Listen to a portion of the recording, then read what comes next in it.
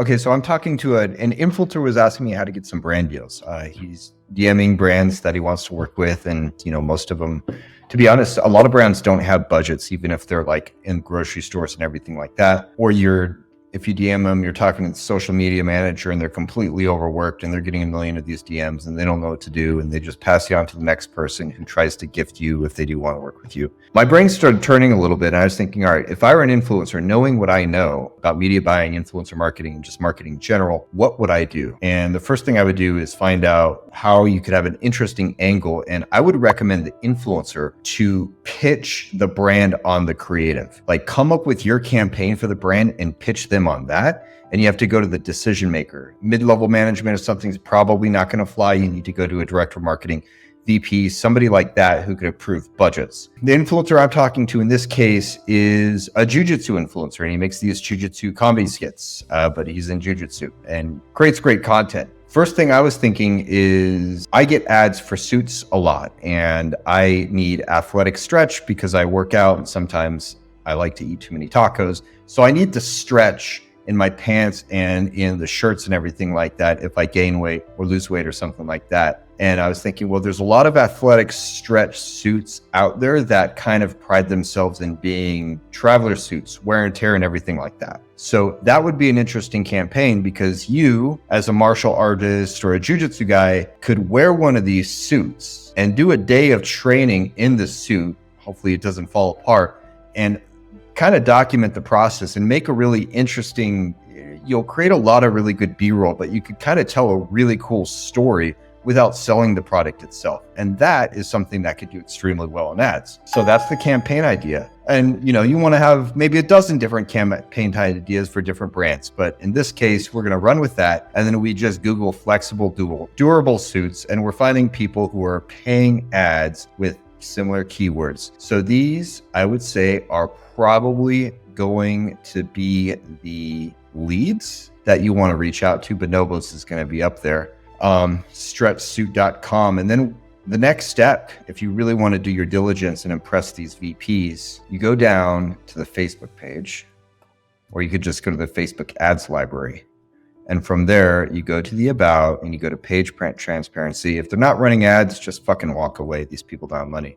They're running ads. Then you want to look at what kind of ads they're running. Click here, go to page, the ads library. And this is what I do when I'm looking for brands trying to find clients as an influencer marketing agency too, is I look and see, okay, they've got their marketing graphics, got some UGC and some unboxing. So they're already spending money on influencer or UGC content. So they're a lead, right? But they probably understand the value and power of this, so they might be pretty receptive. And they're probably doing a good job because it's probably a good product and it's probably good and they have a lifetime value and all that kind of stuff. But they could really just use, like, if they had some jujitsu guy just like show up and say, hey, I'm going to roll around for 2 hours in this suit and we're going to see how it holds up. That's a fucking story right there, you could tell. So that's just one idea for one influencer talking about one campaign, but you could spit out a million ideas. You could go to ChatGPT and have it come up with ideas for you if you're not sure what to do. Here's the next thing. What do I do next? All right, so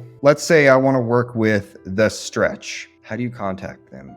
There's a little plugin called Hunter. Normally it pulls emails. It doesn't always. Sometimes it's like the at so-and-so, hello at so-and-so. So that's not the kind of person you want to go for. But you could do The Stretch. You want to find out who the parent company is. A lot of times it's going to be in the About Us or the privacy policy, or our story could be. So you find the parent company name because it's probably not called The Stretch Suit. Why don't they have a privacy policy? What? Am I looking in the wrong area? Info at The Stretch Suit. I mean, you can send an email to info at The Stretch Suit, and everybody else is doing that too. So this looks kind of like an e-com brand.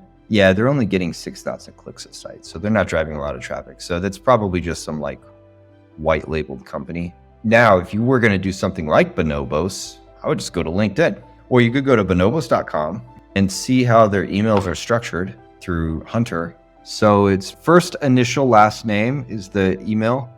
Tiffany is a director there, first name dot initial. So it's going to be one or the other, but you could just go to Bonobos on LinkedIn and find like the director of like paid media or social media or VP of marketing or whoever, get all of them and just like create those emails, and you could run it through a verifier. And then from there, just cold email. Yeah, it's work. It's work, but you get paid if you close the deal, if you get it. Good opportunity to turn into a brand ambassador, especially if you're coming to them with ideas, like bringing that aha moment. That's special. I didn't try looking for a job. Bonobos. All right, they have 24,000 followers. They have 533 employees.